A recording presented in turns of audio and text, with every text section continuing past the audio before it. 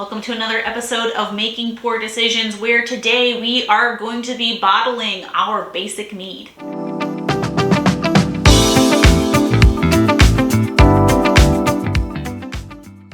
So we started this mead about 6 weeks ago, so it's ready to bottle now. I still see some bubbles coming up from the bottom, but honestly that's probably just degassing. She's clarified quite a bit. I'm excited to see what she tastes. Now, when I originally made this, the starting gravity was 1.11. And then a few weeks ago, when I racked it, put it into secondary, it was sitting at about a 1, which was giving her an approximate ABV of 14%. Now, I am going to test the gravity one more time. I don't expect it to really change much, but I just like to make sure because I don't want to accidentally make a bottle bomb.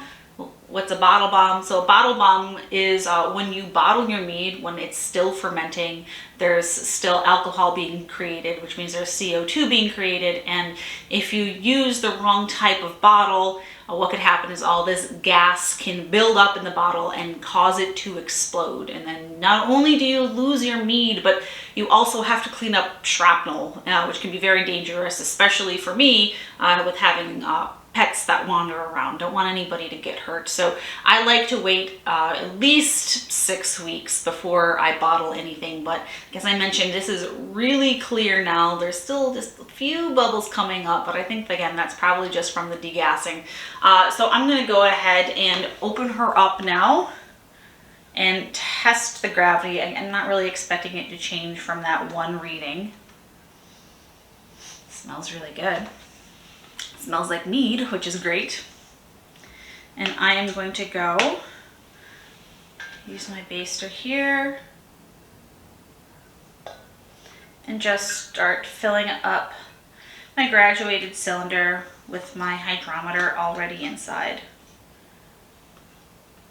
Now, some people might wait a little bit longer to bottle. Some people like to age their mead on the yeast. I know a lot of breweries do this and a lot of home brewers do this, because I feel like it gives some extra flavor to the mead, which is fine. You can do that if you want to, but I prefer to age it off of the mead, or off of the yeast, because I like a clearer brew, and that's all really up to your own personal preference. There's nothing wrong with having a cloudy mead.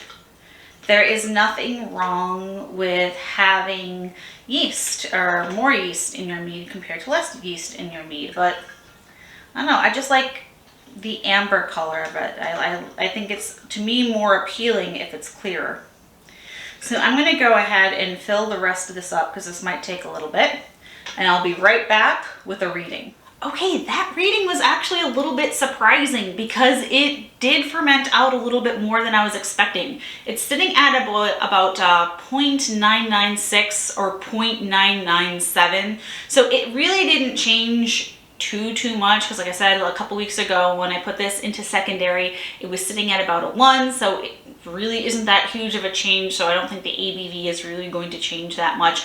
I will put the final approximate ABV in this area here as I normally do, but now let's go ahead and taste it, which is my favorite part. So this whole cylinder here I will reserve for drinking and tasting and sharing with my husband. Now it's a really nice clear mead, pretty crystal. Very happy with the color and the clarity. Very honey on the nose. Now, I didn't really put anything else into this, so that's not that surprising. This is as basic of a mead as it gets. So let's give her a taste.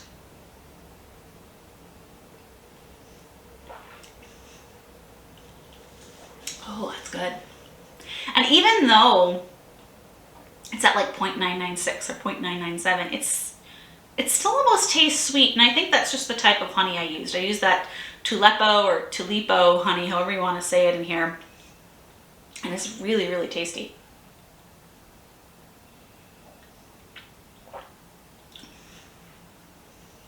Very much honey, very much vanilla, very pure. Like this is I almost said I'm not mad at it. If you watched my last video, or one of my videos a few videos ago, I said that a lot, and I'm trying really hard not to say it again, but I guess it's my go-to. You learn a lot about yourself when you're editing videos, by the way.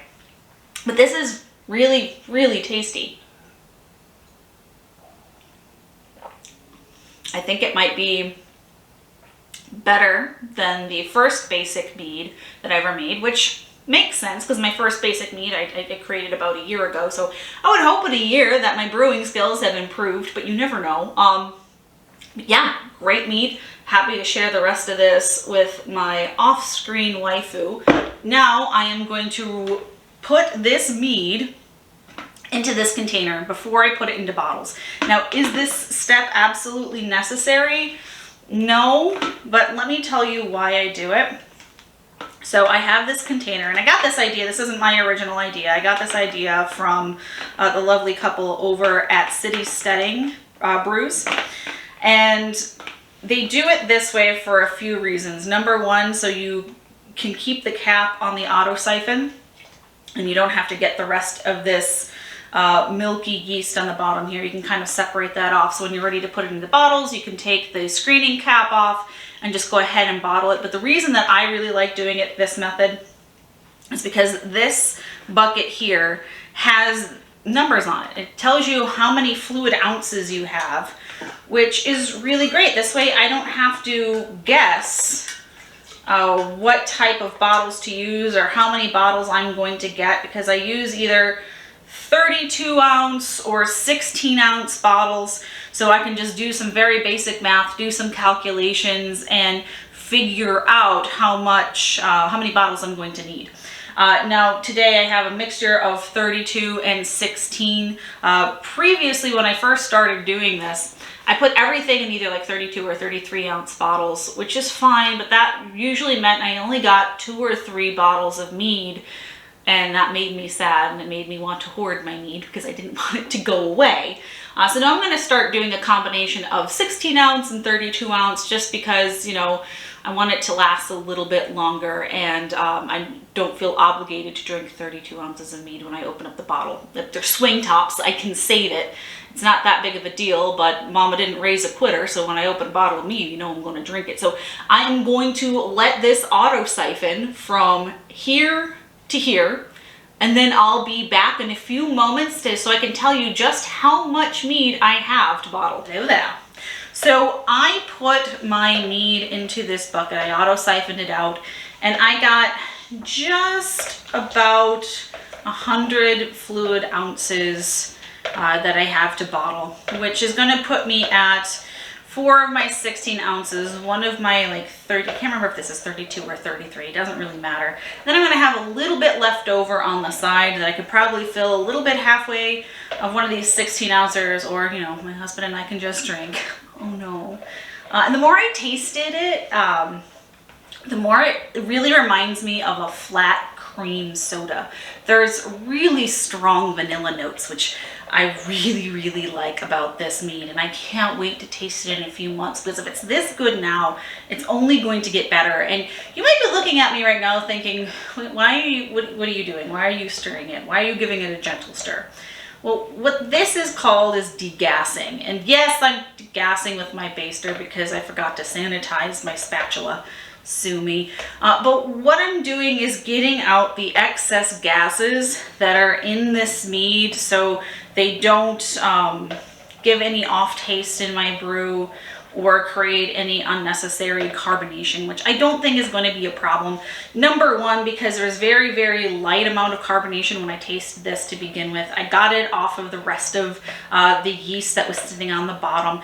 And the bottles that I choose to use are all beer bottles, which means they're designed to hold carbonation.